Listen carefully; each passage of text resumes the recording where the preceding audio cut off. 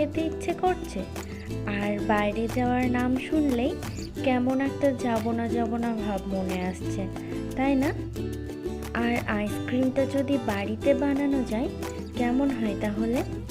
Homemade chocolate biscuit আইসক্রিমের রেসিপিটা চলুন তাহলে শেয়ার করেই দিই। পুরোপুরি ভিডিওটা দেখে খুব সহজেই শিখে নিন এই রেসিপিটা। আর এই আইসক্রিমটা বানানোর জন্য আমি কড়াইয়ে 1 লিটার ফুল ক্রিম দুধ বসিয়ে দিয়েছি ফুটতে দেওয়ার জন্য। দুধটা যতক্ষণে ফুটছে সেই ফাঁকে একটা কাজ করে নেব। একটা মিক্সার গ্রাইন্ডার জার নিয়ে ওতে 15 থেকে 16টা মেরি বিস্কুট নিয়ে গ্রাইন্ড করে নেব। আর বাড়িতে যদি ভাঙা মেরি বিস্কুট থাকে তাহলে সেই বিস্কুটগুলোকেও কিন্তু একইভাবে গুঁড়ো করে নিতে পারেন। বিস্কুটের গুঁড়োটা তৈরি হয়ে গেছে। এবার আমি ওর মধ্যে 5 টেবিল চামচ চিনি দেব, বা আপনারা স্বাদ মতোও দিতে পারেন। এবার এটাকেও একটা ফাইন পাউডার করে নেব। বিস্কুট আর চিনির গুঁড়োটা আমি একটা বোলের মধ্যে ঢেলে নেব, যাতে পরে এটা মেশাতে সুবিধা হয়। দেখতেই পাচ্ছেন দুধটা ফুটে উঠেছে, একবার নাড়াচাড়া করে দেব। আর এদিকে আমি একটা মিশ্রণ বানিয়ে নেব। তার জন্য একটা বাটিতে আমি 8 টেবিল চামচ গরম দুধ নিয়েছি। ওর মধ্যে 1 টেবিল চামচ কর্নফ্লাওয়ার আর 1 টেবিল চামচ গুঁড়ো দুধ দিয়ে খুব ভালো করে মিশিয়ে নেব। গুঁড়ো দুধ আর কর্নফ্লাওয়ারটা খুব ভালোভাবে মিশে গেলে ওর মধ্যে আমি 2 টেবিল চামচ মতো আনসুইটেন কোকো পাউডার মিশিয়ে দেব।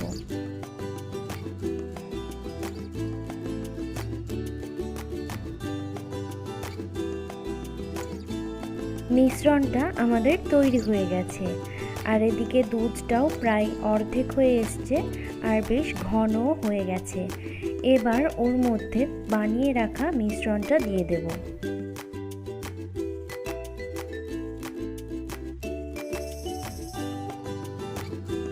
দুধের সাথে মিশ্রণটা খুব ভালো করে মিশিয়ে নেব আর ঘন হওয়া পর্যন্ত ফুটিয়ে নেব।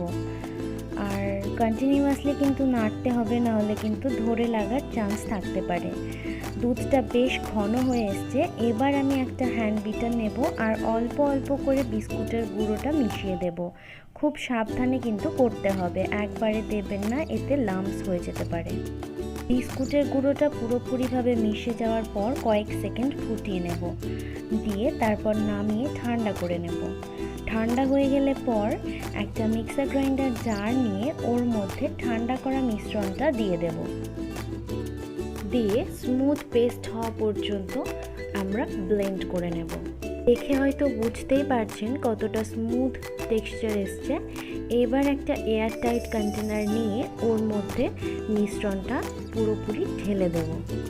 দিয়ে উপরের দিকটা একটা চামচের সাহায্যে সমান করে দেব। এবার একটা পলিথিন দিয়ে আমরা আইসক্রিমটাকে খুব ভালো করে ঢেকে দেব। পলিথিনটা আইসক্রিমের সাথে টাচ করে ঢাকা দিতে হবে, যাতে ওতে জল না জমতে পারে। এবার আইসক্রিমটা 12 ঘন্টা জমিয়ে নেব। দেখতেই পাচ্ছেন আইসক্রিমটা আমাদের কত সুন্দরভাবে জমে গেছে।